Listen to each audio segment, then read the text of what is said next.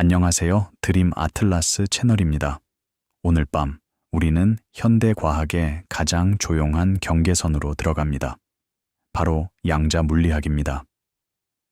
그리고 그 놀라운 진실은 그것이 단지 별이나 입자 속에만 존재하는 것이 아니라 당신 안에도 존재한다는 것입니다. 당신의 몸을 이루는 모든 원자는 양자적인 행동을 합니다.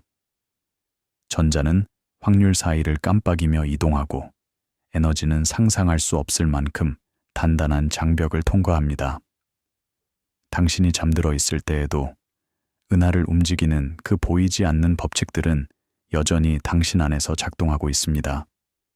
심장의 화학 반응, 눈을 통과하는 빛의 움직임, 세포의 질서, 정연한 흐름까지 이 모든 것이 같은 법칙의 결과입니다. 양자 물리학의 세계는 멀리 있는 신비로운 영역이 아닙니다. 그것은 당신의 모든 숨결, 모든 생각, 그리고 모든 생명 패턴의 근본입니다. 오늘 밤 우리는 그 의미를 탐구합니다. 당신의 몸이 어떻게 수많은 양자 현상의 장필드로 존재하는지, 그리고 그것이 잠들어 있는 동안에도 조용히 매 순간 일어나고 있다는 사실을요. 피부의 따뜻함 아래, 혈관을 따라 흐르는 조용한 맥박 아래, 그리고 두개골 속 어둠 속에서 미세하게 발화하는 뉴런 아래 또 다른 움직임이 있습니다. 그것은 명령을 받지도 인식되지도 않으며 멈추지도 않습니다.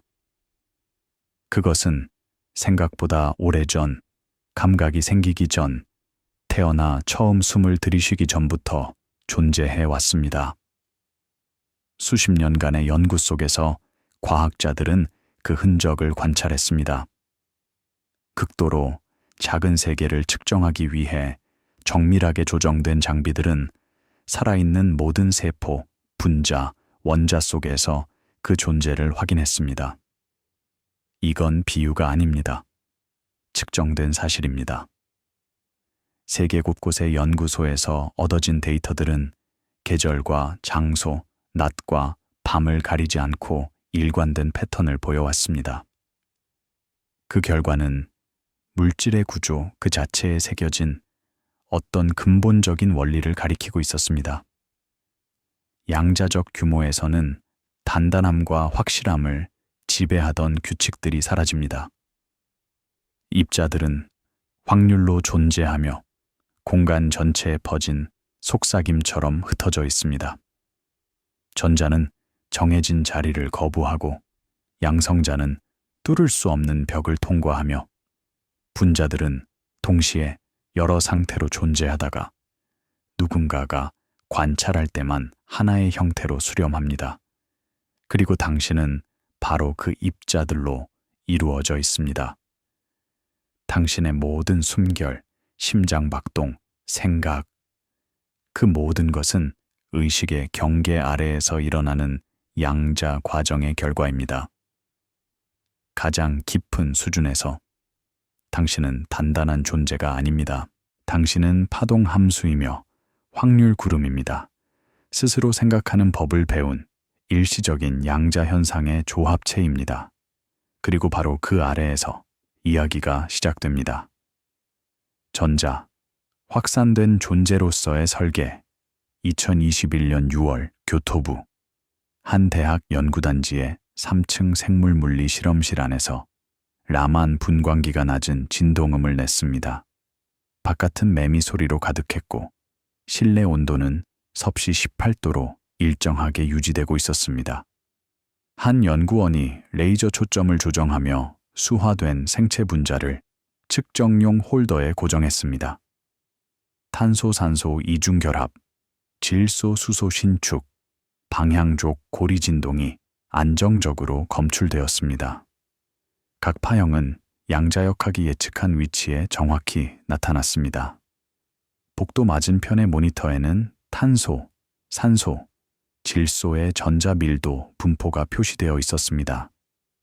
그 이미지는 구름처럼 퍼진 형태였고 선명한 경계선은 없었습니다.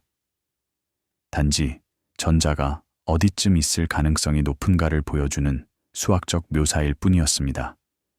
이 과정은 특별하지 않았습니다.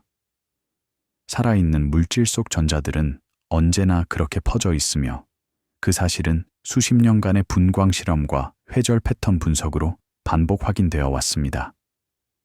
이번 세그먼트에서는 도쿄, 케임브리지, 샌디에이고의 데이터와 교차 비교된 결과가 새롭게 제시되었습니다. 분자 오비탈 계산값과 실측 스펙트럼을 겹쳐보자 복잡한 생화학조차 양자역학의 계산과 완벽히 일치했습니다. 단백질, 지질, 핵산, 탄수화물, 생명체를 이루는 모든 분자들이 같은 양자적 서명을 공유하고 있었습니다. 연구자들에게 이 데이터는 중요한 출발점이 되었습니다. 양자역학이 더 이상 극저온이나 진공의 세계만을 다루는 학문이 아니라 생명의 따뜻하고 습한 환경 속에서도 작동한다는 증거였습니다. 봄 학기 내내 연구팀은 1ppm 이하의 오차 범위로 동일한 데이터를 반복 측정했습니다. 온도 변동은 0.1도 이하, 레이저 안정성은 국가 표준기관의 교정 기준에 맞추어 유지되었습니다. 동일한 시료를 도쿄의 장비로 측정해도 완전히 같은 스펙트럼이 얻어졌습니다. 그래파이트 흑연, 격자를 기준 물질로 사용해 전자 확산의 기준점을 잡았습니다. 이 물질은 전자가 육각형 구조 전체에 걸쳐 자유롭게 퍼져 있는 대표적인 예로 대만과 스위스의 방사광, 가속기 연구에서도 동일한 흡수 특성이 관찰되었습니다. 아미노산, 지질, 핵염기 모두에서 같은 패턴이 반복되었습니다. 가장 단순한 아미노산인 글라이신은 분자 전체에 걸쳐 전자가 퍼져 있었고, 알라딘은 구조가 조금 달랐지만 거의 동일한 전자 분포를 보였습니다. 세포막에서 추출한 인지질은 지방산 사슬을 따라 피전자들이 확장된 시스템을 형성하고 있었으며, DNA를 구성하는 팀인 시토신, 아데닌, 구아닌은 모두 고유한 방향족 전자 구조를 나타냈습니다.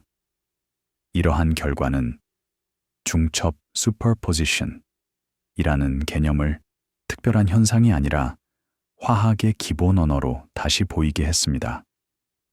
모든 공유 결합은 결국 전자가 여러 위치에 동시에 존재하는 중첩 상태로부터 만들어집니다. 그것이 바로 분자가 존재할 수 있는 이유입니다. 양자역학이 틀렸다면 이런 스펙트럼 일치는 불가능했을 것입니다. 분광 코어 시설은 모든 데이터를 공동 아카이브에 기록했습니다. 측정 조건, 시료 온도, 버퍼 조성, 보정 이력까지 모두 해시 검증을 거쳐 저장되었습니다. 프랑스 국제 도량 형국의 기준에 따라 파장 보정이 이루어졌고, 지역 방사광 시설에서는 결정 구조로부터 얻은 전자 밀도 지도를 제공했습니다. 이로써 계산된 오비탈과 실제 측정 값이 서로를 입증했습니다. 단백질 데이터뱅크에 등록된 수십만 개의 분자 구조는 모두 이러한 전자 밀도 지도를 포함하고 있습니다. 그 지도는 하나의 문장처럼 말합니다. 전자들은 확률로 존재한다. 그리고 그 확률이 바로 물질의 형태를 만든다. 결국 연구자들이 얻은 결론은 단순했습니다. 전자 확산은 생명 물질의 기본 구조 그 자체라는 것입니다. 전자는 여러 곳에 동시에 존재한다는 신비한 존재가 아닙니다. 그 위치가 본질적으로 불확정한 존재입니다. 이는 기술의 한계가 아니라 자연의 성질이며 20세기 초 이래 수많은 실험으로 검증된 사실입니다. 오랜 시간 축적된 스펙트럼을 다시 검토하던 분석가들은 조용히 깨달았습니다. 과학이란 단 한 번의 계시로 완성되는 것이 아니라 반복된 기록과 교차 검증을 통해 서서히 드러나는 규칙의 확인이라는 것을요. 그리고 그렇게 수많은 실험과 기록의 정적 속에서 우리는 다시 한번 같은 결론에 도달합니다. 모든 생명은 양자 속에서 움직인다. 그리고 그 움직임은 지금 이 순간에도 당신 안에서 계속되고 있습니다. 이 연구는 우리에게 한 가지 중요한 사실을 일깨워 줍니다. 검증이란 이해하려는 과정만큼의 인내를 요구한다는 것. 분자는 자신이 양자적 존재임을 드러내지 않습니다. 그저 양자역학이 예측한 방식 그대로 행동할 뿐입니다. 광합성은 엽록소 복합체 안에서 양자적 결맞음 초헤런스를 통해 빛, 에너지를 포획합니다. 효소는 양자 터널링을 이용해 양성자를 이동시키며 반응을 촉진합니다. DNA는 전자 이동을 통해 손상된 구조를 복구합니다. 이 모든 과정은 물질이 고전적인 방식으로만 움직였다면 불가능했을 것입니다. 측정된 빛 속에서 구조는 확률이 형체를 이룬 모습으로 드러납니다. 전자는 공간 속 경로를 따라 움직이지 않습니다. 대신 하나의 파동 함수, 즉 가능한 결과들의 수학적 묘사 안에 존재합니다. 그리고 누군가의 관찰이 그 위치를 확정하기 전까지는 그 존재는 흩어지고 퍼져 있으며 본질적으로 불확실한 상태로 남아 있습니다. 이 불확실성 속에서 생화학의 정교한 움직임이 태어납니다. 시간이 지나며 축적된 스펙트럼이 안정되고 신뢰 구간이 좁아질수록 연구의 초점은 효소와 염기쌍 내부의 수소 이동으로 옮겨갔습니다. 전자들이 분자의 구조를 지탱한다면 화학 반응은 결합을 끊고 다시 맺는 과정, 즉 원자핵이 움직이는 일을 포함합니다. 이제 연구의 다음 장은 고전적 경로로는 설명되지 않는 반응 속도를 기록한 데이터를 살펴봅니다. 그 중심에는 천에서도 일어나는 양성자 터널링의 증거가 있습니다. 양성자, 따뜻한 화학 속의 터널링, 2020년 2월, 영국 케임브리지.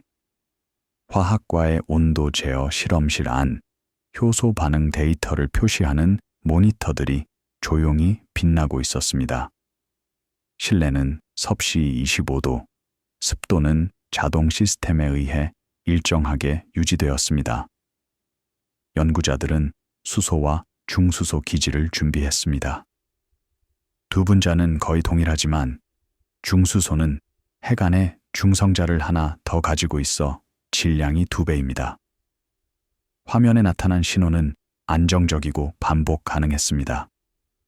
그러나 반응 속도는 고전적 예측과 다르게 움직였습니다. 특히 낮은 온도에서 수소와 중수소의 반응 속도 차이가 크게 벌어졌습니다. 이는 양성자가 에너지 장벽을 뛰어넘는 것이 아니라 그 안을 통과한다는 터널링 현상과 일치하는 결과였습니다. 이 실험은 전자 구조에서 원자핵의 움직임으로 연구 범위를 넓혔습니다. 수소 원자는 단순히 반응물과 생성물을 나누는 에너지 장벽을 넘지 않습니다. 때로는 그 장벽을 통과해 이동합니다. 이 현상은 수십 년 전 단순한 화학 시스템에서 이미 보고된 적이 있었지만 따뜻하고 복잡한 생체 환경에서 실제로 일어나는지는 오랫동안 논쟁의 대상이었습니다. 연구팀은 데이터의 해석을 과장하지 않았습니다. 모든 결과는 불확실성과 함께 제시되었습니다.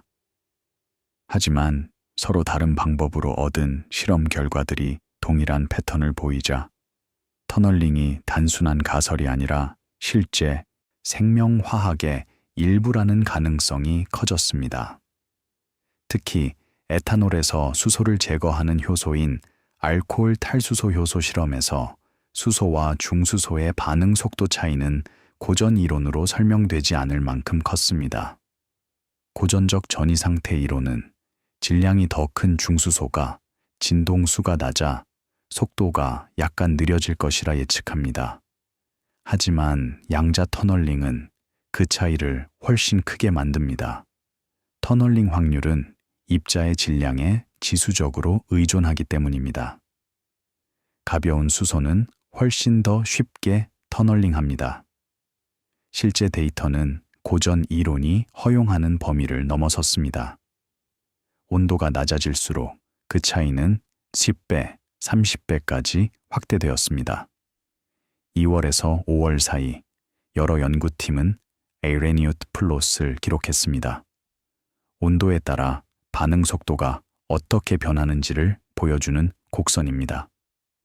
고전적으로는 온도가 내려가면 반응 속도도 급격히 감소해야 합니다. 하지만 터널링이 개입하면 속도 감소가 멈추고 일정하게 유지됩니다. 그 현상이 다양한 효소 시스템에서 반복 관찰되었습니다. 독립된 연구실에서도 같은 결과가 나왔습니다. 단백질의 유연성을 조절해가며 실험한 결과 효소의 활성 부위가 딱 맞는 거리를 유지할 때 터널링이 가장 강하게 일어났습니다. 이것은 단순한 우연이 아니었습니다. 단백질 구조가 반응 중심부의 원자들을 양자적으로 이동하기 가장 좋은 형태로 스스로 조정하고 있었던 것입니다. 수소 결합 네트워크를 분석한 스펙트럼에서는 전자기적으로 가까워지는 두 원자 사이에서 장벽이 일시적으로 좁아지는 현상이 관찰되었습니다. 수소 결합은 하나의 수소가 두 개의 전기음성 원자, 산소나 질소 사이에 놓일 때 형성됩니다. 양자역학에 따르면 수소는 이 두 결합자리 모두에 동시에 존재할 수 있습니다. 이중 우물 형태의 퍼진 파동함수로 표현되죠.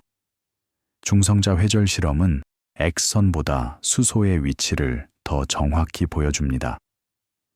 이 실험에서 효소 반응이 진행될 때 결합 길이가 짧아지는 것이 관찰되었습니다. 이는 양성자가 통과해야 할 장벽이 실제로 좁아진다는 의미였습니다. 컴퓨터 시뮬레이션 또한 이를 뒷받침했습니다. 경로 적분, path integral 방식의 계산은 입자가 동시에 여러 경로를 따라 존재할 확률을 합산합니다. 실험 데이터와 이 계산 결과가 일치하자 연구자들은 자신들이 관찰한 현상이 실제 양성자 터널링임을 확신할 수 있었습니다. 단백질 결정 구조를 냉동 상태로 고정해 X선 회절을 수행한 결과 원자 단위의 위치가 정확히 기록되었습니다. 온도는 백금 저항, 온도계와 삼중점 셀로 정밀하게 제어되었고 모든 로그는 수초 단위로 자동 저장되었습니다. 계산 화학 그룹은 효소 활성 부위의 전자 구조를 밀도 범함수 이론으로 분석했습니다. 수소와 중수소의 반응 장벽 차이는 이론적으로도 실험값과 일치했습니다. 이는 두 독립적 접근법이 같은 현상을 가리키고 있음을 의미했습니다. 수십 년간 축적된 효소 반응 데이터베이스를 비교해 본 결과 이러한 이동 속도 차이와 터널링 패턴은 여러 효소군에서 공통적으로 나타났습니다. 즉, 양성자 터널링은 특별한 예외가 아니라 생명체의 일상적 반응 방식 중 하나였습니다. 그러나 연구자들은 과장하지 않았습니다. 각 측정에는 불확실성이 있고 모든 모델에는 근사치가 있습니다. 하지만 서로 다른 실험, 서로 다른 도구, 서로 다른 시점에서 얻은 결과가 하나의 방향으로 수렴할 때 과학은 그 무게로 진실을 드러냅니다. 이 발견은 다시금 우리에게 말해줍니다. 양자역학은 실험실의 극저온 공간에만 존재하지 않습니다.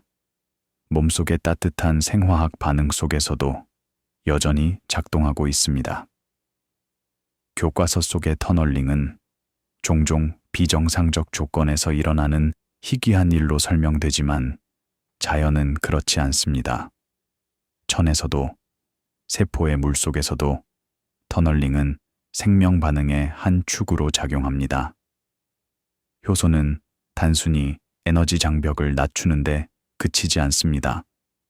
그들은 장벽의 형태 자체를 바꿔 터널링이 더 쉽게 일어나도록 진화해 왔습니다. 단백질의 움직임은 반응물을 미세하게 위치시키고 수소 결합망은 일시적으로 장벽을 좁히며 주변 전하들은 전기장을 통해 장벽의 높이를 조절합니다. 진화는 양자역학을 이해하지 못했지만 그 법칙을 이용하는 구조를 만들어낸 것입니다. 이 과정은 조용히, 그러나 끊임없이 일어납니다. 양성자는 에너지 장벽을 오르지 않습니다. 그저 그 안을 통과합니다.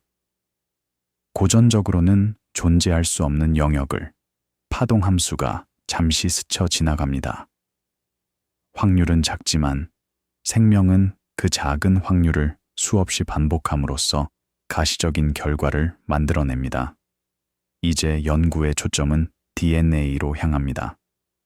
염기쌍이 만들어지고 복제되는 과정에서도 수소 원자의 위치는 단 몇 옹스트롬의 오차만으로도 전체 구조를 바꿀 수 있습니다. 잘못된 결합은 돌연 변이를 일으키고 그 돌연 변이는 진화를 이끌기도 하지만 질병의 원인이 되기도 합니다. 수십 년 전 물리학자들은 DNA의 수소 결합에서도 터널링이 일어날 가능성을 제기했습니다. 이제 연구자들은 DNA 복제와 복구 과정이 그 미세한 양자적 불확실성과 어떻게 균형을 이루는지를 살펴보려 합니다. 그리고 그 이야기가 곧 이어집니다.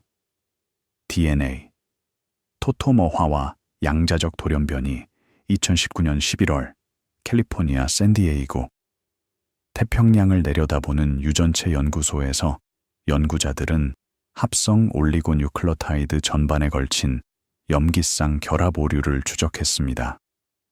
실험실은 최상층에 위치해 유리벽으로 고른 해안빛이 들어왔고 DNA 합성기는 통제된 구역에서 규칙적인 소리를 내며 염기를 하나씩 이어 붙였습니다. 품질 관리 측정에서는 순수한 열적 요동만으로 예측되는 오류율을 약간 넘어서는 불일치가 감지되었습니다. 이전 연구에서도 지적된 바 있지만 명확히 설명되지 않았던 차이였습니다. 토토머화, 염기 내부에서 수소 원자가 자발적으로 재배치되는 현상은 돌연 변이로 이어질 수 있는 양자역학적 경로를 제시했습니다. 예를 들어 시토신은 주로 아미노형으로 존재하며 특정 위치의 질소에 수소가 결합합니다. 드물게 수소가 이동해 이미노형이 되면 시토신은 구아닌이 아니라 아데닌과 짝을 이루게 됩니다. 그 상태가 지속되는 동안 복제가 일어나면 돌연 변이는 딸 바닥에 고정됩니다. 고전 열역학은 에너지 차이에 따라 토토머 분포를 예측하지만 양자 터널링은 특히 DNA 이중 나선처럼 제한된 환경에서 수소 원자가 더 높은 빈도로 전이를 일으키게 하여 고전적 예상을 넘어서는 속도를 허용합니다. 이번 구간은 터널링이 토토머의 수명을 어떻게 바꾸어 순수한 열 과정의 바탕 잡음 이상으로 돌연변이 빈도를 높일 수 있는지를 살렸습니다. 연구진은 무거운 수소 동위원소가 들어가 터널링 가능성이 낮아진 중수소화 DNA와 일반 DNA의 돌연 변이율을 비교했습니다. 결과는 측정 가능한 터널링 기여를 시사했지만 양자 효과를 다른 돌연 변이 원인에서 분리하려면 신중한 실험, 설계와 통계 분석이 필요했습니다. 가을 내내 서로 다른 서열 맥락에서 합성 오류율이 기록되었습니다. 구아닌 시토신 쌍은 아데닌 티민 쌍보다 약간 높은 오류율을 보였고 이는 시토신이 토토모화를 더 쉽게 일으킨다는 성향과 일치했습니다. 고분 해능 질량 분석은 용액 속에서 드물게 나타나는 토토모 형태를 검출했으며 그 농도는 계산화학이 제시한 양자역학적 예측과 부합했습니다. 중수소화된 뉴클로타이드를 합성 가닥에 도입하자 관측된 오류율은 15산 30% 범위로 낮아졌습니다. 이 동위원소 의존성은 돌연변이, 경로에서 수소 이동이 핵심임을 시사했습니다. 양자 터널링에 큰 영향을 주지 않는 탄소와 질소, 동위 원소를 이용한 대조 실험에서는 유사한 변화가 나타나지 않아 수소가 결정적 책임을 분리해 보였습니다. 초고속 분광법은 fem토 초시간축에서 양성자 전달 역학을 포착하여 염기쌍이 부분적으로 열리는 동안 일어나는 일시적 수소 결합 재배치를 보여주었습니다. 펌프 프로브 실험은 한 번의 레이저 펄스로 염기쌍을 예기하고 지연된 펄스로 이어지는 구조 변화를 측정했습니다. 데이터는 기증자와 수용자 자리 사이의 중간 위치에 수소가 존재하는 순간들을 보여주었고, 이는 높은 장벽을 넘어뛰는 것이 아니라 낮은 장벽을 관통하는 터널링과 일치했습니다. 경로 적분을 통합한 분자 동역학 시뮬레이션은 가변 파라미터 없이도 실험에서 관측된 돌연변이 스펙트럼을 재현했습니다. 시뮬레이션은 수백만 개의 염기쌍을 수 나노초 동안 추적하며 수소가 자발적으로 토토모 형태 사이를 터널링하는 드문 사건을 기록했습니다.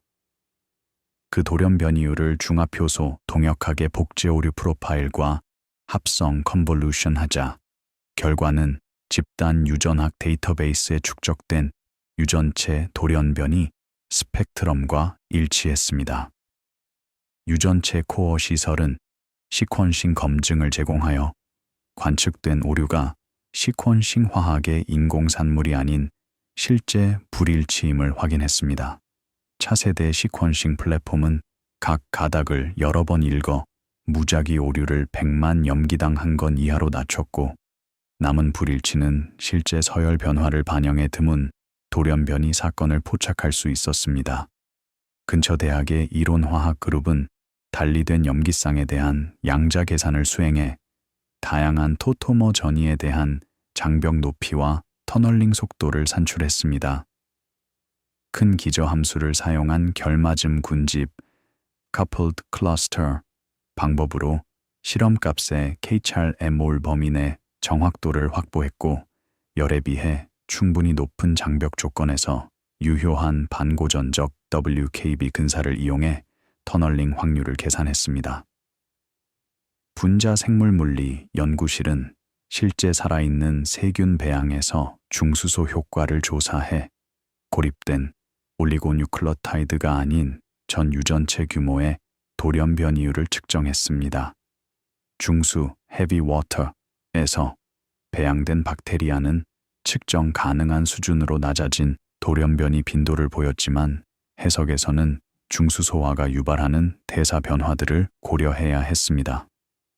통계 모형은 직접적인 수소 효과와 2차 교란을 분리해 시험관 내 데이터와 부합하는 터널링 기여를 도출했습니다.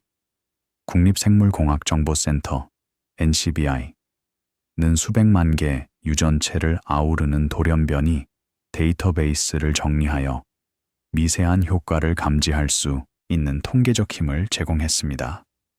메타 분석 결과 퓨린 또는 피리미딘으로 바뀌는 전이 트랜시션 돌연변이가 더 큰 구조 변화를 수반하는 전환 트랜스버션 돌연변이보다 약간 더 자주 발생했습니다.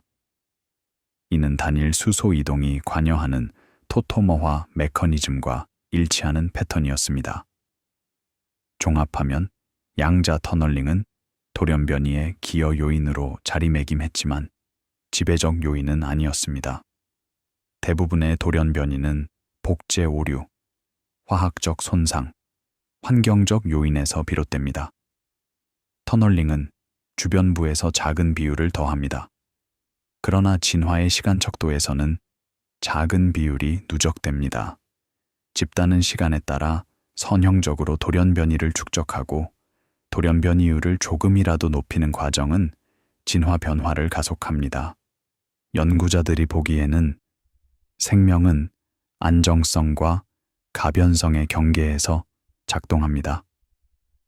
돌연변이가 너무 적으면 집단은 적응하지 못하고 너무 많으면 유전 정보가 붕괴합니다. 양자역학은 DNA 구조에 피할 수 없는 불확실성을 도입하며 어떤 복구 메커니즘도 완전히 제거할 수 없는 최소 돌연변이율을 보장합니다. 이 양자적 잡음은 결함이라기보다 자연 선택이 요구하는 변이를 제공하는 진화적 특징일 수 있습니다. 기록은 생물이 고안한 가장 안정적인 정보 저장 시스템인 DNA 이중 나선조차 양자 불확실성에서 벗어날 수 없음을 보여줍니다. 염기쌍을 묶는 수소 결합에는 본질적으로 확률적인 위치를 가진 양성자가 관여합니다. 대부분의 시간, 양성자는 가장 낮은 에너지 배열을 점유해 왓슨 크릭 결합을 유지합니다. 그러나 가끔 토토머형으로 터널링해 충실도를 무너뜨립니다. 그렇게 생기는 돌연변이는 드물지만 측정 가능하며 유전의 언어 속에 속삭이는 양자역학의 지속적인 흔적입니다. 분자의 그늘 속에서 구조는 형태들 사이를 희미하게 오갑니다. 현미경 아래의 염기쌍은 안정적으로 보이지만 양자역학의 시선에서 그것은 확률 구름이며 수소의 파동함수는 고전적으로 금지된 배치로까지 뻗어 있습니다. 이중나선은 고정된 사다리가 아니라 끊임없이 대체 기하를 시범적으로 탐색하는 동적 평형입니다.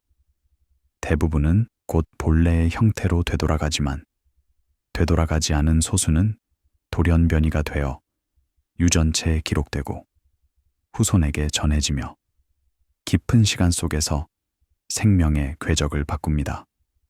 다음 장으로의 전환 돌연변이 경로가 제도화되면서 관심은 세포의 에너지 대사로 옮겨갔습니다. 광합성 복합체와 호흡 사슬에서 보이는 양자적 결맞음은 진화가 양자 효과를 그저 허용한 것이 아니라 적극적으로 활용해 왔음을 시사했습니다.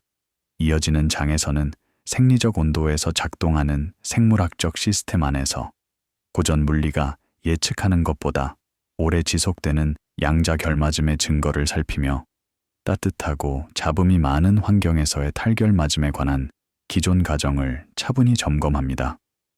에너지, 광합성과 호흡의 결맞음.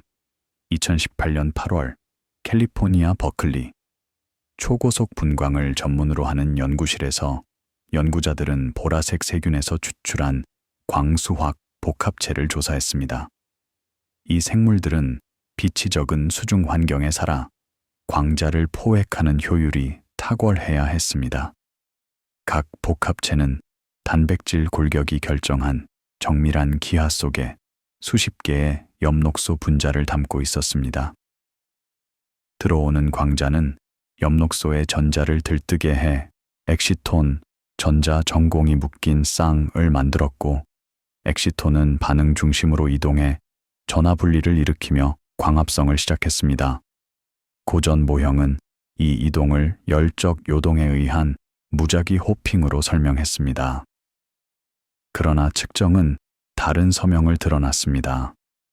엑시톤이 여러 엽록소에 동시에 존재하며 붕괴 전까지 다수의 경로를 병렬로 탐색해 최적의 길을 선택하는 양자 결맞음의 흔적이 보였습니다.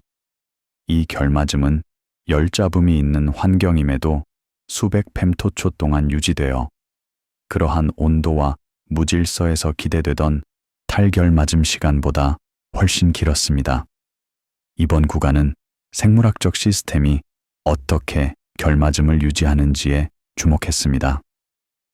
단백질의 진동이 양자 상태를 지속적으로 재위상화, 리페이스 하여 탈결맞음을 막는 이른바 환경보조, 양자수송 메커니즘입니다. 단순 모형이 예측하듯 환경이 결맞음을 파괴하는 것이 아니라 단백질이 가진 공명 진동이 엑시톤의 에너지 간격에 맞춰 결맞음을 지지한다는 점이 드러났습니다. 양자 시스템과 고전적 욕조 바트의 이 상호작용은 진화가 발견해 최적화한 설계 원리로 보였습니다. 그 결과 광합성의 에너지 전달 효율은 고전적 한계를 넘어섰습니다. 늦여름 내내 2차원 전자 분광은 펨토초 해상도로 엑시톤 동역학을 지도화했습니다. 초고속 레이저 펄스의 시퀀스를 이용해 들뜬 상태의 시간 전개를 추적하자 결맞은 중첩을 시사하는 진동 신호가 포착되었습니다.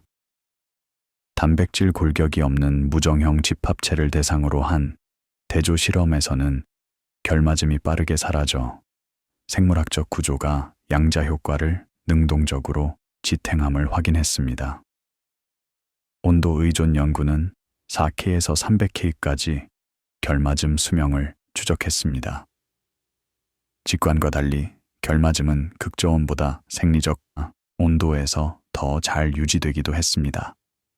이는 열 진동이 파괴자가 아니라 긍정적 기여자일 수 있음을 시사했습니다. 단백질의 진동 모드를 상세히 기술한 구조화된 스펙트럴 밀도를 이론 모형에 포함하자 관측이 재현되었고 엑시톤 에너지, 차와 공명하는 특정 진동이 지목되었습니다. 단백질 구조를 변이시킨 뮤턴트 복합체에서는 결맞음이 약화되고 광화학 양자 수율이 감소했습니다. 자리 맞바꿈 변이를 통해 아미노산을 바꾸면 진동수 스펙트럼이 이동했고 그 결과 결맞음 시간은 짧아졌습니다. 이는 단백질 역학과 결맞은 에너지 수송 사이에 인과적 연결을 제시했습니다. 색소 주변 장기들이 종간에 높게 보존되어 있다는 진화적 보존성 분석은 결맞음을 지지하는 진동 구조를 유지하려는 선택 압력이 존재했음을 시사했습니다. 한편 미토콘드리아 호흡 복합체에서도 병렬 연구가 진행되었습니다. 단백질 사슬을 따라 일련의 산화 환원 반응으로 전자가 이동하는 과정에서 초고속 분광은 시토크롬 지하의 햄 사이에 존재하는 결맞음 전자 전달을 수십 펨토초 규모로 감지했습니다. 광합성에서 관찰된 결맞음보다 짧았지만 이러한 양자 효과는 여전히 반응 경로에 영향을 주어 전자 흐름을 더 생산적인 경로로 편향시켰습니다. 계산 모형은 단백질의 구조 변화가 전자 전달 단계를 동조시켜 결맞은 수송에 유리한 최적 기하를 유지한다고 제안했습니다. 원하시면 이어지는 절, 생체 온도에서의 결맞음 지속, 탈결맞음의 경계 제정에 까지 같은 톤과 형식으로 계속 번역 작성해 드릴게요. 양자 광학 연구실에서는 10펨토초보다 짧은 펄스를 만들어내는 초고속 레이저 시스템을 개발했습니다. 온도 변화나 진동에 의한 미세한 흔들림을 보정하기 위해 능동 피드백 회로가 작동했고 간섭계 측정으로 펄스의 위상과 세기가 사양과 일치함을 검증했습니다. 이를 통해 측정된 신호가 실험 장비의 오류가 아니라 실제 시료의 동역학을 반영하고 있음을 확인했습니다. 구조생물학 컨소시엄은 광합성 복합체의 고해상도 결정 구조를 제공했습니다. 색소 분자는 1옹스트롬 이하의 정밀도로 위치가 결정되었고 이러한 구조 정보는 계산 모델의 입력값으로 사용되었습니다. 모델이 예측한 엑시톤 결합과 진동 스펙트럼은 실험 분광 결과와 정밀하게 일치했습니다. 이 일치는 구조적 해석을 확증하고 이론적 접근의 타당성을 뒷받침했습니다. 이론물리 연구팀은 광합성 복합체를 양자 하위계가 고전적 단백질 환경과 결합된 개방형 양자 시스템으로 모델링했습니다. 결맞음의 유지 조건을 분석하기 위해 린드블라드 마스터 방정식, 레드필드 이론, 계층적 운동 방정식 등 다양한 방법이 사용되었습니다. 각 접근법은 결합 강도와 시간 척도에 따라 구체적인 영역을 설명했습니다. 그 결과 구조화된 환경에서는 단순한 계산이 예측하는 것보다 양자 결맞음이 훨씬 오래 지속될 수 있음이 확인되었습니다.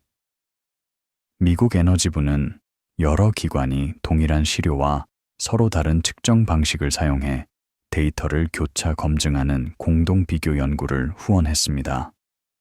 라운드 로빈 실험을 통해 동일한 시료가 여러 실험실에 배포되었고 각각 독립적으로 결맞음 시간과 양자 효율을 측정했습니다.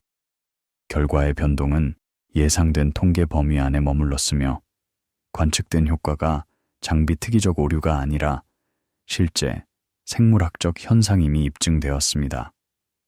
이러한 결과는 광합성에서 양자 결맞음이 기능적으로 중요함을 보여주었습니다. 이 발견은 인공 광수학 시스템과 양자 기반 에너지 기술에도 새로운 통찰을 제공했습니다. 광합성은 최적 조건에서 거의 100%에 가까운 양자 효율로 빛을 화학 에너지로 전환합니다. 이는 인간이 만든 태양 전지보다 훨씬 효율적입니다. 따뜻하고 습한 생물 환경 속에서도 결맞음을 유지하는 원리를 이해한다면 상온에서 작동하는 새로운 양자 장치 설계의 단서를 얻을 수 있습니다. 연구자들에게 이 데이터는 한 가지 중요한 교훈을 주었습니다. 복잡성은 기능을 가능하게 한다는 것입니다. 단순한 양자계는 잡음 많은 환경에서 빠르게 탈결맞음을 겪지만 광합성 복합체는 수십 개의 엽록소가 정밀히 배열된 단백질 구조 덕분에 단순한 시스템에서는 불가능한 역동적 양자 영역을 활용합니다. 감각적으로 보이는 혼잡과 진동조차 양자적 관점에서는 기능적 자원이 됩니다. 기록들은 진화가 단순히 구조를 최적화한 것이 아니라 시간에 따른 역학적 과정까지 조율했다는 사실을 시사했습니다. 단백질의 진동 패턴은 양자 효과를 유지하도록 형성되었고 빛을 더 효율적으로 포획하는 생물일수록 더 많은 에너지를 생산하며 결국 더 잘 성장하고 더 자주 번식했습니다. 수십억 년의 선택압이 쌓여 자연은 인간이 이제 막 이해하기 시작한 방식으로 양자역학을 활용하는 분자 구조를 만들어낸 것입니다. 포획된 광자 속에서 에너지는 모든 경로를 동시에 탐색합니다.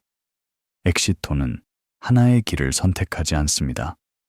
그는 가능한 모든 경로를 동시에 따라가며 양자 확률 진폭이 만들어내는 간섭을 통해 반응, 중심으로 수렴하는 길을 찾아갑니다.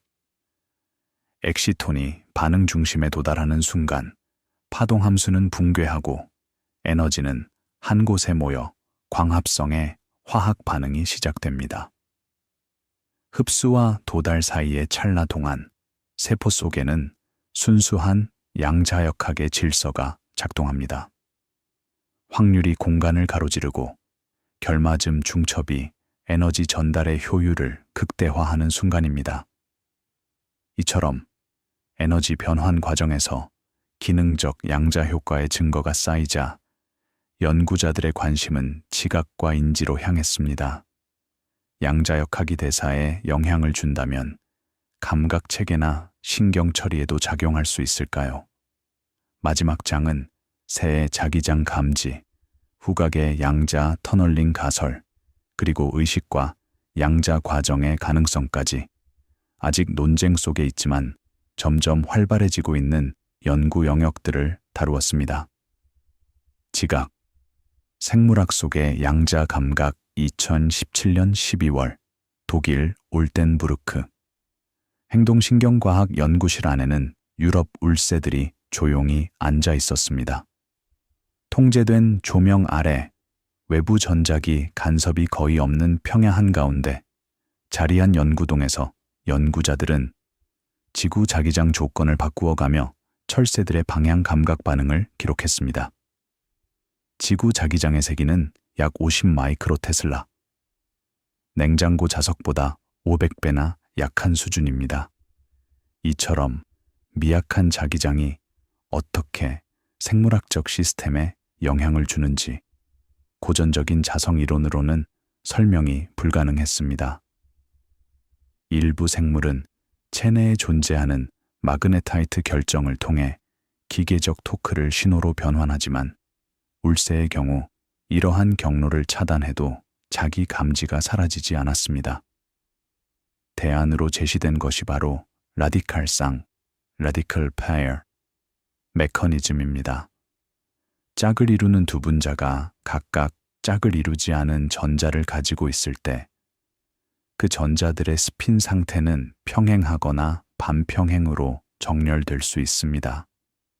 이 스핀 상태는 약한 자기장의 영향을 받아 서로 전환되며 그 결과 반응 속도가 달라집니다.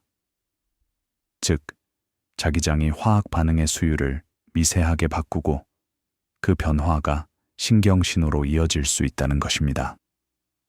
이 양자 나침반 가설은 울새의 망막에서 라디칼상 화학을 교란했을 때 방향 감각이 사라진다는 실험으로 뒷받침되었습니다. 이번 장에서는 이 라디칼상 메커니즘에 대한 증거를 살펴보며 진화가 어떻게 양자 스핀 역학을 활용해 자기 항법 문제를 해결했는지를 탐구했습니다.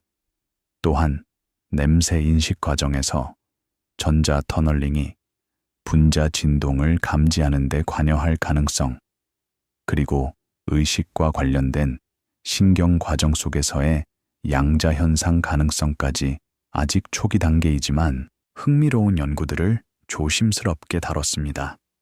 겨울 내내 울새들은 자외선에서 적색까지 단색광 아래에서 방향 반응을 보였습니다.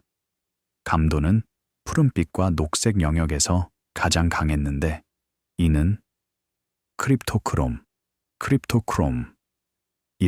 망막 단백질의 흡수 스펙트럼과 일치했습니다. 크립토크롬은 트립토판과 플라빈 아데닌, 다이뉴클러타이드 사이의 광화학 반응을 통해 라디칼상을 생성하며 그 스핀 역학은 약한 자기장에도 민감합니다.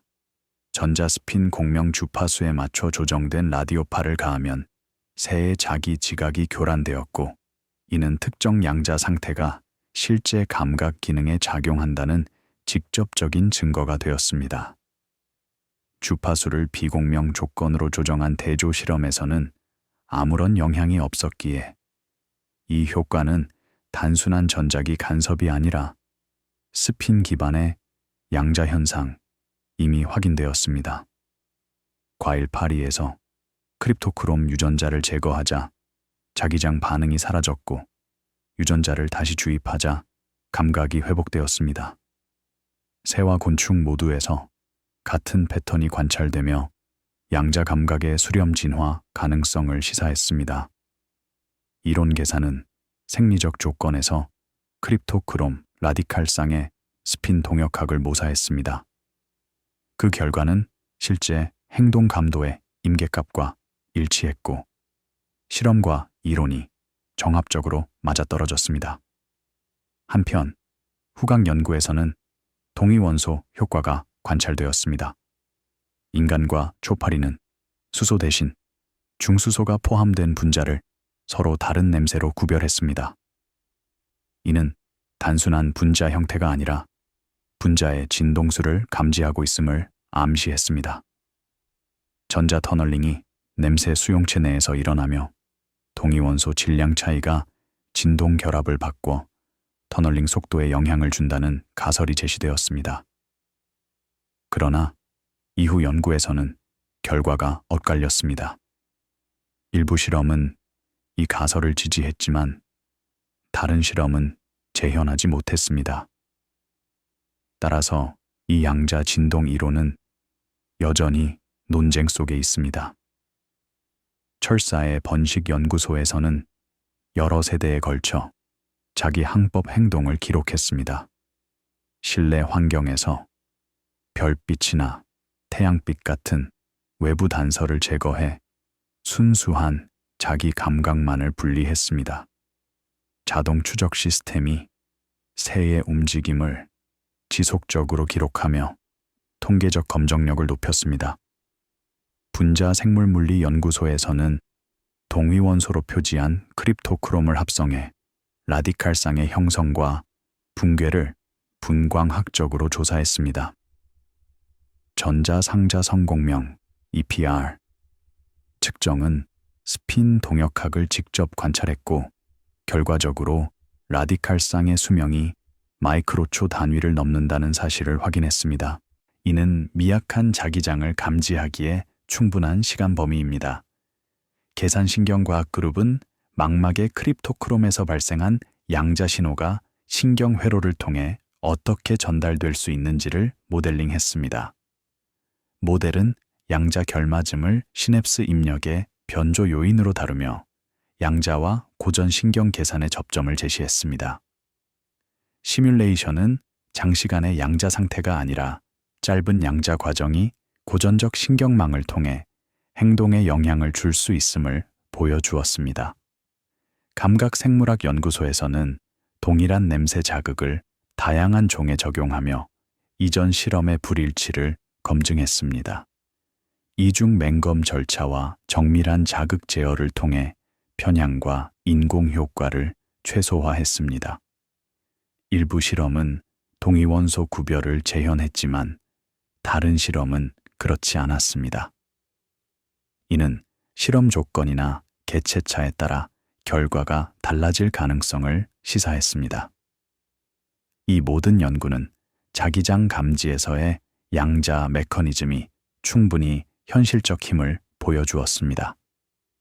행동, 유전, 화학, 이론이 일관된 방향으로 수렴했습니다.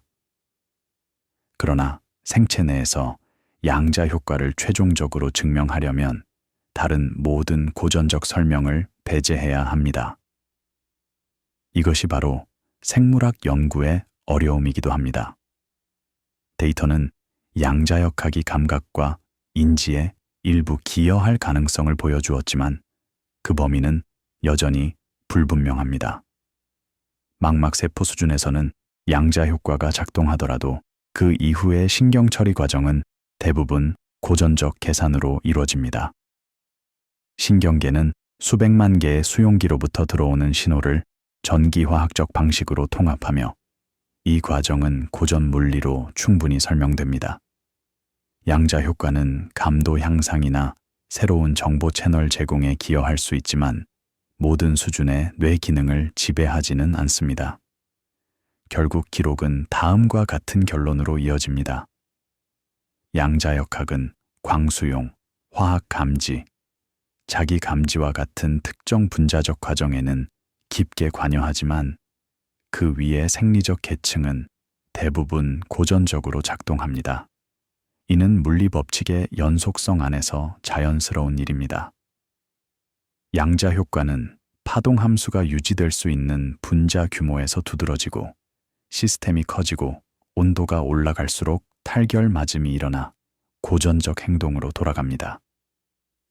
생명은 양자역학을 필요할 때 사용하지만 그 위에 세워진 구조는 견고한 고전적 안정성을 유지합니다. 감각세포 안에서 양자 사건은 신경신호로 변환됩니다. 라디칼상이 형성되고 스핀이 전환되며 자기장 방향에 따라 화학 반응이 달라지고 그 결과 뉴런의 발화율이 변합니다. 새는 양자 중첩을 의식적으로 경험하지 않습니다. 그저 양자 과정이 만든 신경신호를 고전적으로 해석할 뿐입니다. 양자가 씨앗을 뿌리고 뇌가 그것을 꽃피우는 셈입니다. 일부 학자들은 양자 과정이 의식에도 관여할 가능성을 제안했습니다. 신경세포의 미세소관에서 일어나는 양자 진동이 주관적 경험에 기여할 수 있다는 가설이 있습니다. 하지만 이런 생각들은 여전히 논쟁적이며 광합성이나 자기 감지처럼 실험적 뒷받침이 충분하지 않습니다. 의식은 아마도 복잡한 고전적 신경역학의 emergent 현상일 것입니다. 그럼에도 양자 효과가 어떤 미세한 수준에서 인지 과정에 기여할 여지가 있는지는 여전히 열려있는 질문으로 남아 있습니다. 양자 생물학 윤리 컨소시엄은 만약 인지에서 양자 효과가 입증될 경우에 철학적 함의를 논의했습니다. 참가자들은 신경과학자, 물리학자, 철학자, 윤리학자들이었습니다. 논의는 자유의지와 결정론, 도덕적 책임 같은 문제로 이어졌습니다. 결론은 명확했습니다. 양자적 불확실성이 인간의 자유의지를 의미하지는 않습니다. 그리고 지금까지 문서화된 대부분의 행동과 인지는 고전적 신경 과정으로 충분히 설명됩니다. 마지막으로 양자 생물학 교육 이니셔티브가 출범했습니다. 양자 역학과 생명의 연결에 관심을 가지는 학생과 대중을 위해 교재와 시각 자료가 제작되었습니다. 그 목표는 양자 생물학을 신비화하지 않고 물리학의 기본 법칙이 생명 시스템에 어떻게 적용되는지를 보여주는 것이었습니다. 그들은 이렇게 말했습니다. 양자 세계는 마법이 아닙니다. 그저 아주 낯선 현실일 뿐입니다. 더 넓은 맥락에서 보면 양자 생물학은 물리학, 화학, 생물학, 계산과학을 아우르는 학제 간 최전선으로 자리 잡았습니다. 이해를 위해서는 전통적으로 분리되어 온 분야들을 가로지르는 유창함이 필요했습니다. 물리학자는 양자 이론과 분광 기술을 제공했고, 과학자는 분자 구조와 반응 메커니즘을 마련했습니다. 생물학자는 진화의 맥락과 생리적 제약을 제시했고, 계산과학은 순수 이론이나 단일 실험만으로는 다다를 수 없는 양재서 고전으로 이어지는 스케일의 다리를 놓아 동역학을 못했습니다. 많은 연구자들에게 이 분야는 과학의 통일성을 보여주었습니다. 학문 간의 경계는 자연에서 비롯된 것이 아니라 역사적 우연과 교육적 편의를 위해 생겨난 구분에 가깝습니다. 양자역학은 화학을 지배하고 화학은 생물을 가능하게 하며 생물은 환원주의 관점에서 놀랍게 보이는 복잡한 거동을 드러냅니다. 살아있는 체계에서 양자 효과를 연구하는 일은 단순함에서 복잡함이 어떻게 솟아나는지, 진화가 어떻게 물리학자가 훗날 최적이라고 부르게 되는 해법을 찾아냈는지, 그리고 생명이 양자와 고전의 경계에서 어떻게 작동하는지를 보여주었습니다. 기록은 양자적 시선으로 생물을 바라보는 일이 기존 생물학을 대체하지 않고 풍요롭게 한다는 점을 시사했습니다. DNA 돌연변이에 양자 터널링이 일부 개입하더라도 유전학의 기본 틀은 유효합니다. 광합성은 결맞음의 구체적 메커니즘과 무관하게 기능합니다. 신경과학은 양자 논쟁의 결말과 별개로 계속 진전됩니다. 양자 생물학은 혁명을 일으키기보다 세밀한 부분을 정교화하며 이미 고전적으로 이해된 과정의 그림을 더 선명하게 다듬습니다. 그럼에도 세부는 중요합니다. 정밀한 메커니즘은 진화가 걸어갈 수 있는 경로를 제약합니다.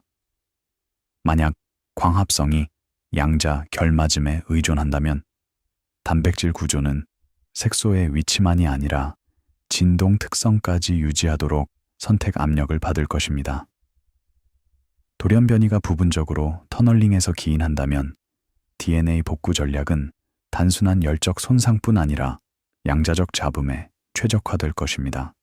자기 감지가 라디칼상을 사용한다면 망막에서 온 양자 신호를 통합할 수 있도록 신경회로가 진화했을 것입니다. 살아있는 체계에서 양자 효과는 크게 외치기보다 작게 속삭입니다. 영향을 주고 조절하며 기여하지만 드물게만 지배적입니다. 대부분의 생물학은 고전적으로 진행됩니다. 단백질은 고전 여력학에 따라 접히고 세포는 기계적 과정으로 분열하며 생태계는 물질과 에너지의 거시적 교환으로 상호작용합니다. 양자역학은 생물학적 위계의 바닥층에서 분자 사건을 빚어 올리고 그 효과는 위로 층층이 전파되어 결과를 빚지만 모든 수준에서 양자적 설명을 요구하지는 않습니다. 살아있는 물질에서 양자적 서명이 존재하는 이유는 물질 자체가 양자적이기 때문입니다. 원자, 분자, 화학 결합, 빛의 흡수, 전자 전달, 이 모두는 근본적으로 양자적입니다. 생명은 이 본성을 피할 수 없습니다. 진화는 양자 규칙이 부과하는 제약 안에서 기능을 최적화하는 방향으로 체계를 다듬었습니다. 결과적으로 우리는 양자 생물이 아니라 양자 성분으로 지어진 고전적 체계를 보게 됩니다. 물리가 불가피하게 요구하거나 진화가 유용하다고 찾은 곳에서만 양자 효과가 얼굴을 드러냅니다. 광합성, 자기 감지, 돌연변이, 효소 촉마애 등 여러 영역에서 증거가 축적되며 생명이 양자와 고전 사이에 균형을 이루고 있다는 그림이 나타났습니다. 대부분의 면에서 고전처럼 행동할 만큼 큰 유기체라도 분자 스케일에서는 여전히 양자 과정에 의존합니다. 경계는 완전히 닫혀 있지 않아 때로 양자 효과가 거시적 결과를 좌우하고 언제나 고전 역학이 양자 가능성을 제한하고 형식화합니다. 수십 년의 연구를 되짚어본 관찰자들에게 회의에서 수용으로의 여정은 인내를 요구하는 과정이었습니다. 따뜻하고 젖어 있으며 잡음이 많은 생물 환경은 연약한 양자 현상과 양립하기 어렵다는 직관 때문에 초기에 많은 제한이 비현실적으로 여겨졌습니다. 하지만 자연은 우리의 직관보다 섬세했습니다. 구조화된 환경은 결맞음을 유지할 수 있었고, 진화는 양자 향상 설계를 발견할 수 있었으며, 생물은 모든 과정을 양자적으로 설명하지 않더라도 양자역학을 능숙하게 활용할 수 있었습니다. 이 조상들이 보여준 것은 과학이 단일한 계시가 아니라 누적된 증거로 전진한다는 사실입니다. 어느 한 실험이 양자 생물학을 확립하지는 못했습니다. 대신 서로 다른 체계에서 독립된 연구진이 상보적인 기법으로 얻은 데이터가 한 방향으로 수렴했습니다. 그 결과 살아있는 유기체에서 양자 효과는 측정 가능하고 재현 가능하며 때로 기능적으로 중요하다는 결론이 서서히 자리 잡았습니다. 회의는 여전히 필요합니다. 엄격한 대조군과 대안가설이 요구됩니다. 그러나 증거가 쌓이는 만큼 단순한 일괄적 부정은 더 이상 유지되기 어렵습니다. 더 큰 함의는 자기 이해로 이어집니다. 인간의 몸 역시 다른 모든 생명과 마찬가지로 양자적 체계입니다. 단백질 안의 전자는 중첩에 놓여 있고 DNA 속의 양성자는 장벽을 터널링하며 망막의 엑시톤은 결맞음을 보일 가능성이 있습니다. 눈 속 라디칼상은 자기장에 반응할지도 모릅니다. 이러한 양자 과정은 의식의 경계 아래에서 끊임없이 작동하며 우리가 고전적으로 경험하는 시각대사인지 감각을 떠받칩니다. 우리가 양자적이라는 말은 흔히 대중담론에서 쓰이는 신비주의적 의미가 아닙니다. 의식이 파동 함수를 초월적으로 붕괴시키는 것은 아니며 모든 측정에서 적용되는 표준 양자 상호작용을 넘어서는 것은 없습니다. 마음은 아마도 고전적 신경역학에서 솟아나는 창발 현상일 가능성이 큽니다. 양자역학이 우리의 존재에 특별한 지위를 부여하거나 자유의지, 우주적 연결을 보장하지는 않습니다. 그러나 그 단순한 사실은 여전히 깊습니다. 당신은 양자, 물질로 이루어져 있습니다. 매 숨결마다 헤모글로빈의 산소 결합에는 양자 과정이 관여합니다. 매 생각마다 신경 전달 수용체에서 터널링이 일어납니다. 매 심장 박동마다 미토콘드리아의 전자 수송은 양자 법칙에 의해 움직입니다. 양자 세계는 멀리 떨어진 별 세계가 아니라 지금 이곳 살아있다는 따뜻한 생화학 안에 있습니다. 낯설은 신비가 아니라 물리에 있습니다. 입자는 측정되기 전까지 명확한 값을 갖지 않습니다. 양자역학은 무엇이 있는가보다 관측될 수 있는가를 기술하며 확률을 내놓지 단정을 내놓지 않습니다. 살아있는 체계는 이 불확실성 속을 항해하며 유리한 곳에서는 이를 활용하고 해로운 곳에서는 억제합니다. 진화는 양자역학을 이해하지 못한 채로 수십억 년에 걸쳐 그 원리에 순응하고 최적화된 구조를 만들어냈습니다. 화학이 양자이고 생명이 화학이기 때문입니다. 연구가 이어지며 생물학적 체계에서 더 많은 양자 효과가 발견될 가능성이 큽니다. 그때마다 우리는 기존 생물학을 뒤집지 않으면서 이해를 깊게 할 것입니다.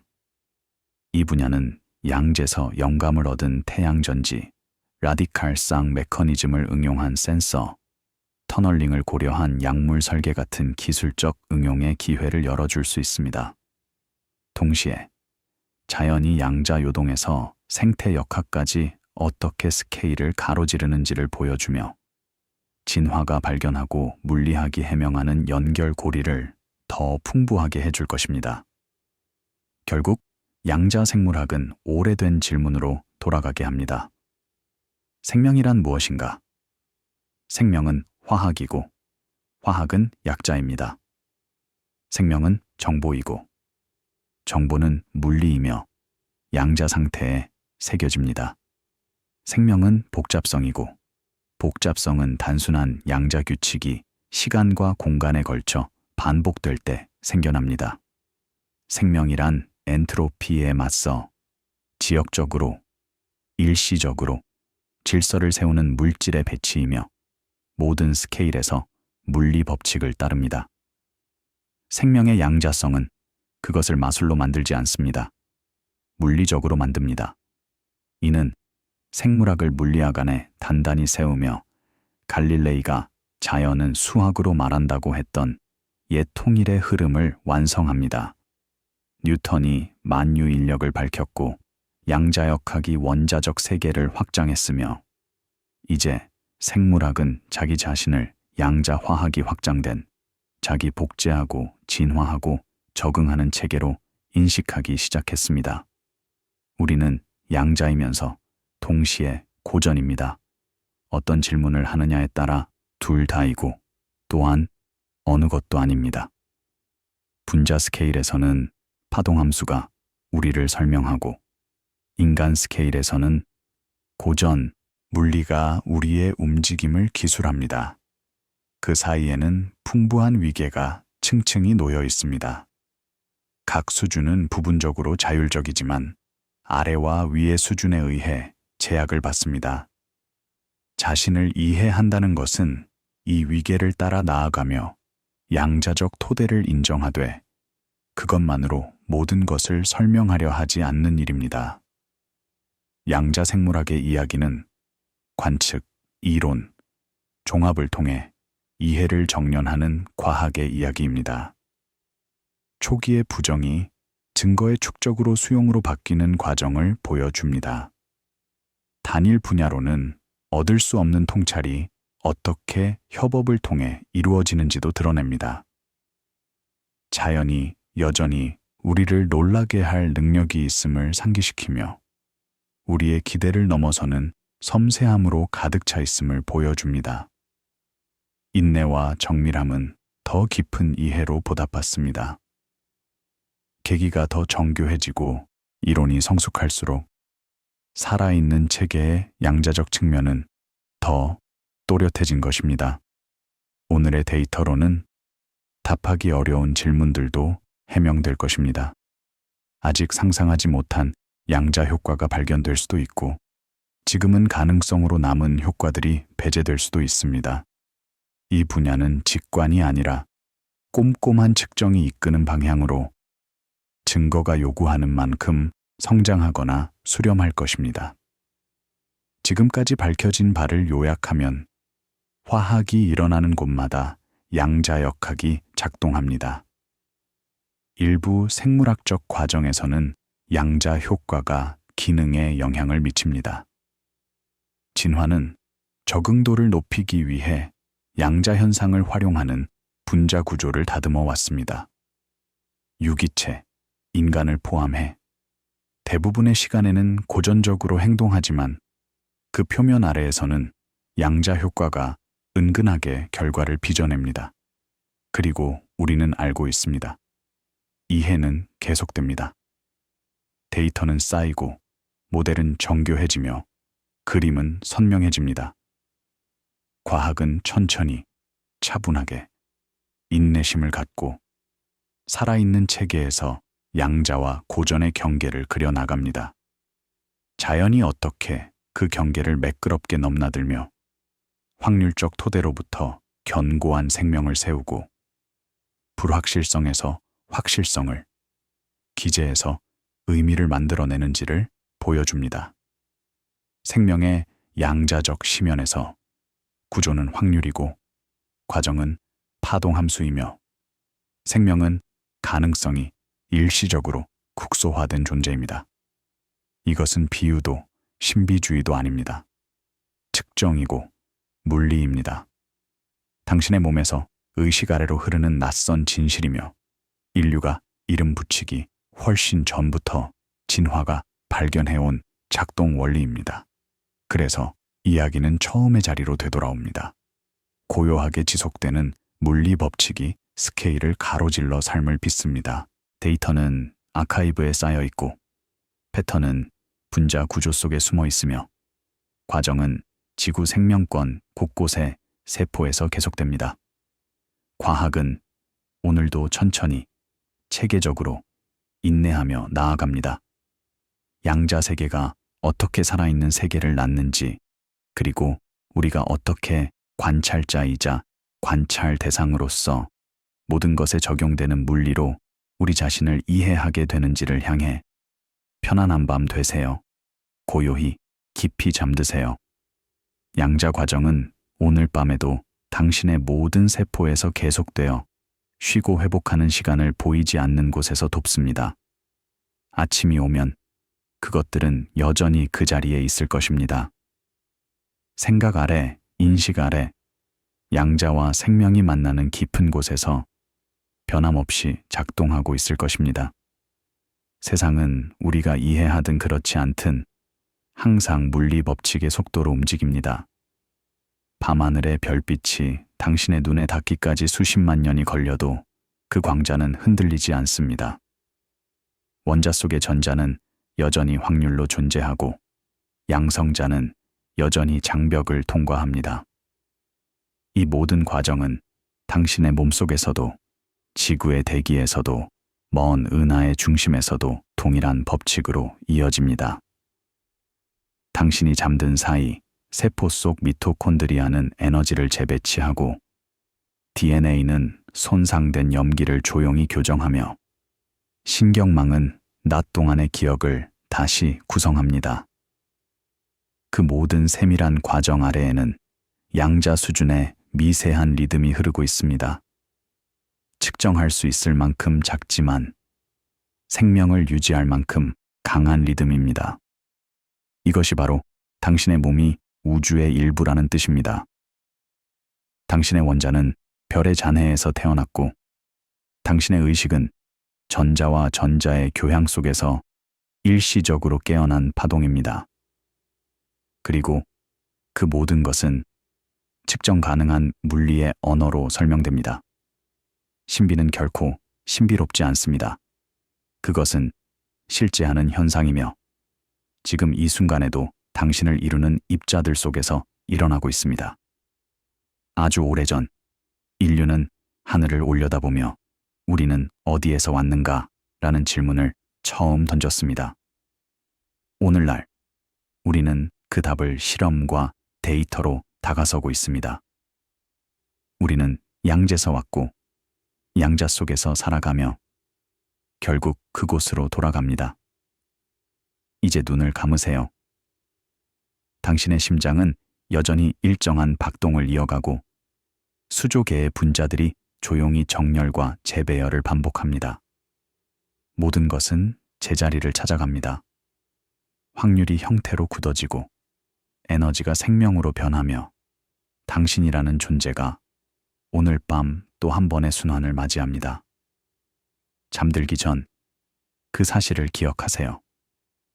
당신은 우주가 스스로를 관찰하는 방식이며 모든 세포의 내부에서 양자 세계는 여전히 작동하고 있습니다. 고요히 숨을 고르세요. 깊고 부드럽게. 세상은 변함없이 이어집니다. 빛은 여전히 파동으로 퍼지고 에너지는 여전히 경계를 넘습니다.